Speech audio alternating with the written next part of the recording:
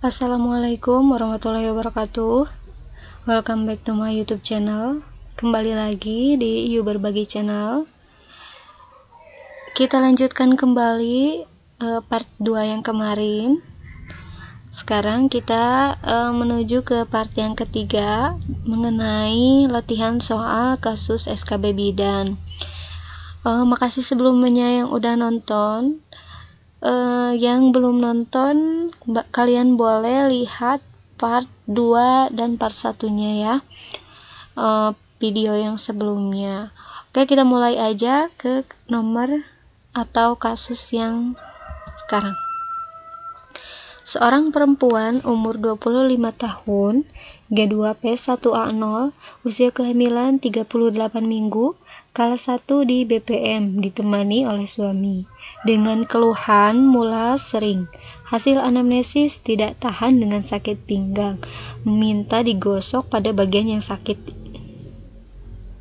Hasil pemeriksaan, tensi darah 110/80, nadi 82 kali per menit, suhu 36,5 derajat Celcius, kemudian pernapasan 20 kali per menit, kontraksi 3 kali 10 menit lamanya 40 detik, DJJ-nya 132 kali per menit, penurunan kepala 3/5, pembukaan 6 cm, porsionya tipis lunak, ketuban utuh.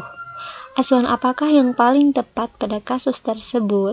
A. Melibatkan suami dalam manajemen pengurangan nyeri. B. Menjelaskan fisiologis persalinan. C. Memberikan kompres dingin. D. Mengajarkan ibu bernapas. E. Meminta ibu beristirahat. Ya, kita lihat jawabannya. Jawabannya adalah melibatkan suami dalam manajemen pengurangan rasa nyeri. Jadi pijatan dapat membantu meminimalkan nyeri. Manfaat pendampingan atau orang terdekat, bisa siapa saja, bisa suami, orang tua, tergantung keinginan dari ibu yang mau melahirkan. Kemudian keterlibatan emosi, lebih leluasa, kasih sayang dengan adanya pendampingan keluarga, maka bidan sangat terbantu dalam memberikan dukungan psikologis pada ibu dan memberikan pijatan yang dapat membantu ibu lebih rileks dalam menjalani proses persalinannya. Oke, cukup jelas ya. Kita lanjut ke kasus yang selanjutnya. Seorang perempuan umur 25 tahun, G1P0A0, usia kehamilan 38 minggu, kala 2 di BPM dengan keluhan mulas tak tertahankan. Hasil anamnesis, perasaan ingin BAB, hasil pemeriksaan tensi darah 110/80, nadi 80 kali per menit, suhu 36,7 derajat Celcius, pernapasan 18 kali per menit, DJJ 144 kali per menit, kontraksi 4 kali dalam 10 menit lamanya 45 detik, kepala janin sudah tampak 5-6 cm di depan pulpa, perineumnya kaku. Kemudian langkah apakah selanjutnya yang tepat pada kasus tersebut? A. Mencegah terjadinya defleksi yang terlalu cepat. B. Menahan batas antara ujung pulpa dan anus. C. Perlahan-lahan membantu kelahiran kepala. D. Melakukan episiotomi mediolateralis. E. Mempertahankan posisi fleksi. Oke teman-teman, jadi jawabannya ini adalah melakukan episiotomi mediolateralis. Nah, untuk penjelasannya, kata kunci adalah di dalam soal tersebut adalah perineum ketat atau kaku. Kemungkinan besar akan terjadi robekan. Nah, bila tidak dilakukan episiotomi, dikhawatirkan akan terjadi robekan yang tidak beraturan. Episiotomi merupakan suatu tindakan insisi pada perineum yang dimulai dari cincin pulpa ke bawah, menghindari anus dan muskulus sphincter, di mana insisi menyebabkan terpotongnya selaput lendir vagina, cincin selaput darah, jaringan pada sputum rektovaginal, otot-otot dan fascia, vagum, dan kulit sebelah depan perineum untuk melebarkan orificium atau lubang muara pulpa.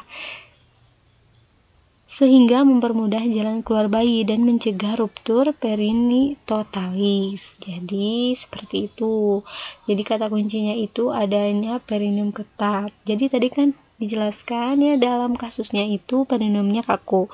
Kemudian episiotomi yang dilakukan adalah mediolaterales. Kenapa? Karena episiotomi yang jenis ini jenis sayatan yang dibuat dari garis tengah ke samping menjauhi anus yang sengaja dilakukan menjauhi otot sphincter ani untuk mencegah ruptur perineum tingkat 3, di mana insisi dimulai dari ujung terbawah introitus vagina menuju ke belakang dan samping kiri atau kanan di tengah antara spina sciatica dan anus.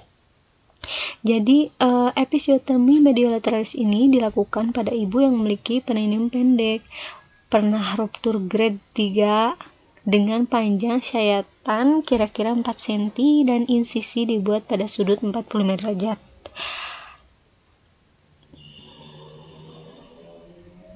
Ya, seperti itu. Cukup jelas. Kita lanjut ke kasus yang selanjutnya. Nyonya S umur 25 tahun, G2P1A0, usia kehamilan 40 minggu, kala 1 di BPM, mengeluh mulas, hasil anamnesis sudah keluar lendir darah. Hasil pemeriksaan, tensi darah 110/80, nadi 84 kali per menit, suhu 36,5 derajat Celcius, pernapasan 20 kali per menit, kontraksi 3 kali dalam 10 menit lamanya 40 detik, DJJ 132 kali per menit, penurunan kepala 2/5, pembukaan 6 cm, porsio tipis lunak, ketuban utuh, ubun-ubun kecil kiri depan. Kapan dilakukan pemeriksaan dalam selanjutnya pada kasus tersebut? A. Pulpa membuka, B. 4 jam kemudian, C. Rasa ingin beneran, D. Setelah perineum menonjol, atau E. Saat ketuban pecah spontan. Ya teman-teman, ini jawabannya adalah B. 4 jam kemudian. Jadi di bawah ini adalah indikasi pemeriksaan dalam atau VT. Jadi bila ketuban pecah sebelum waktunya, kemudian untuk mengevaluasi pembukaan serviks uteri, untuk menyelesaikan persalinan atau melakukan rujukan, kemudian untuk petunjuk partograf WHO itu setiap 4 jam. Jadi jawabannya adalah ketika 4 jam kemudian. Oke, kita lanjut ke soal yang selanjutnya. Nyonya R umur 27 tahun, G2P1A0, usia kehamilan 40 minggu, kala 1 di BPM dengan keluhan sering mulas. Hasil anamnesis sudah keluar darah lendir, kontraksi makin sering, memilih berbaring. Hasil pemeriksaan tensi darah 110/80, nadi 84 kali per menit, suhu 36,5 derajat Celcius, pernapasan 22 kali per menit, kontraksi 3 kali dalam 10 menit lamanya. Maaf, ini lamanya 40 detik ya. Kemudian DJJ 132 kali per menit, penurunan kepala 2/5, pembukaan 7 cm, porsio tipis lunak, ketuban utuh, UUK kiri depan. Posisi apakah yang paling tepat pada kasus tersebut? A. Setengah duduk, B. Miring kanan, C. Miring kiri, D. Terlentang, atau E. Duduk. Jadi jawabannya adalah miring kiri. Dengan posisi ubun-ubun kecil kiri depan memfasilitasi putar paksi dalam. Tidur miring ke kiri membantu sirkulasi darah janin tidak terambat. Posisi ini menurut beberapa referensi akan membuat kerja jantung lebih mudah karena berat badan bayi tidak menekan pena besar yang disebut pena cava inferior yang bertugas membawa darah kembali lagi dari kaki ke jantung. Hal ini juga akan meningkatkan sirkulasi darah lebih cepat yang menuju ke janin, rahim, dan ginjal. Hal ini karena hati kita berada di sebelah kanan perut sehingga berbaring ke kiri membantu melindungi rahim. Oke, cukup jelas ya. Kita lanjut ke soal yang selanjutnya. Seorang perempuan umur 18 tahun, G1P0A0, usia kehamilan 37 minggu, kala 1 di puskesmas Poned, mengeluh keluar darah dan lendir per pagi 6 dari paginanya. Hasil anamnesis mulai semakin sering. Hasil pemeriksaan tensi darah 110/80, nadi 84 kali per menit, suhu 36,5 derajat Celcius, pernapasan 20 kali per menit, TFU 28 cm, kontraksi 3 kali dalam 10 menit, lamanya 35 detik, DJJ 144 kali per menit, kepala masih bisa digoyangkan.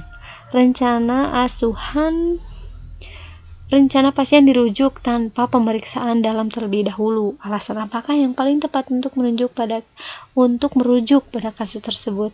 A. Penurunan kepala 5/5, B. HIS belum adekuat, C. belum infartu, D. masa gestasi, atau E. usia ibu. Oke, kita lihat jawabannya. Jawabannya adalah penurunan kepala 5/5.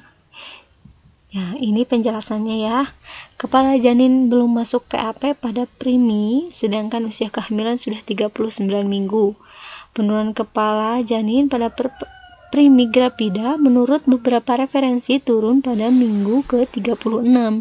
Hal ini disebabkan oleh mengencangnya otot dinding perut hamil, tarikan kuat ligamentum yang menyangga rahim, bentuk kepala janin sesuai dengan pintu atas panggul, gaya berat kepala janin, dan terjadinya kontraksi Braxton Hicks pada primi. Dan ketika janin belum memasuki PAP pada usia kehamilan 36 minggu, maka perlu dicurigai adanya kepala lebih besar dari panggul ibu, berat bayi melebihi 4 kg, rongga panggul ibu sempit, kemudian bayi terlilit tali plasenta atau tumor yang menutupi rongga panggul ibu. Kemudian juga ada plasenta previa dan juga kemungkinan kondisi lainnya banyak lagi.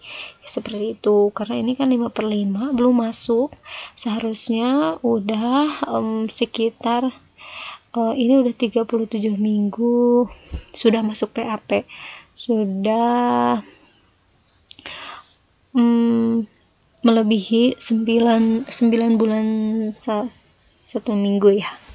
Ya, jadi ini udah harus masuk PAP ya. Ya, seperti itu. Cukup jelas penjelasannya. Oke, terima kasih sudah menonton video ini sampai habis. Nantikan juga video-video latihan soal selanjutnya. Jangan lupa untuk teman-teman yang udah nonton, jangan lupa subscribe dan like, dukung channel ini biar nanti saya lebih semangat memberikan contoh-contoh soalnya. Kemudian jangan lupa juga kunjungi ujianmudah.com untuk mempelajari soal yang lainnya. Oke teman-teman, thanks for watching. See you in the next video. Wassalamualaikum warahmatullahi wabarakatuh.